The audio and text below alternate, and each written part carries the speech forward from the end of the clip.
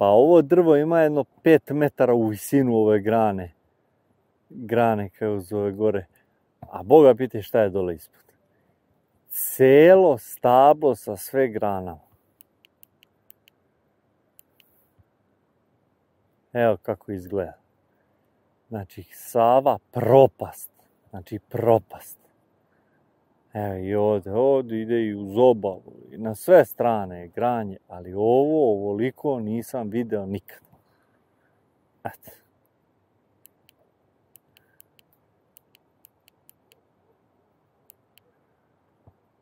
Ovo je strašno.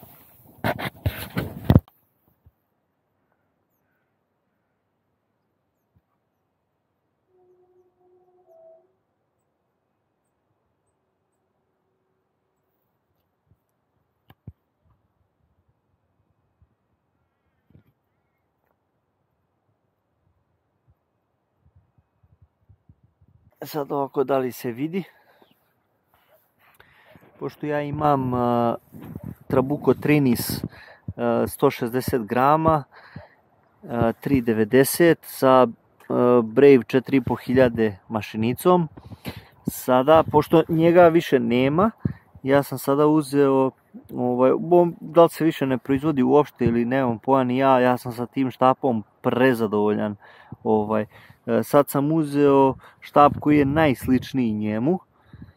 150 grama težina bacanja, 3,90 Precision Barbell and Carp. Eto, to je uzeo sam opet Brave 4500 mašinicu da bih imao iste, eto da uparim da kažem štapove, tako da drugari, veliki pozdrav. Ja ne znam da li vi pratite nekad prognozu ovu i ja ne znam da li oni uopšte mogu da pogode išta. Znači, ceo dan juče gledam prognozu za danas. Znači, da se organizujem da dođem. Znači, nema kiše, gledao sam po satima na svim živim sajtovima, svuda je znači isto. Nema kapi kiše. 4:15 sam stigao. Do 5:15 dok sam se raspakovao i sve. I takav pljusak, toliko je oblačno, toliko duva vetar. Znači napolju je katastrofa.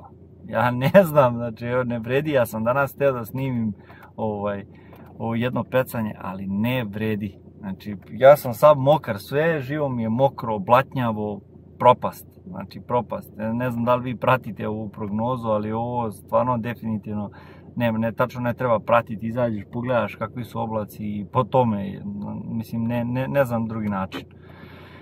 Tako da ostavljam video za